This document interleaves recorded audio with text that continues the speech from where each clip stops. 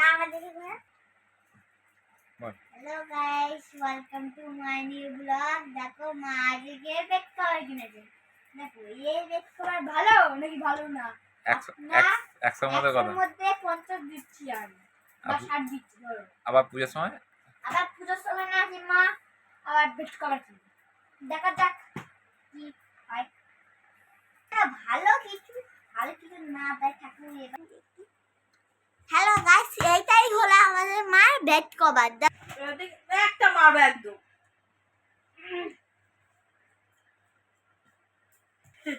কি বলবো, তোমরা একটু জানিও আমার বিছনার চাদরটা কেমন হয়েছে।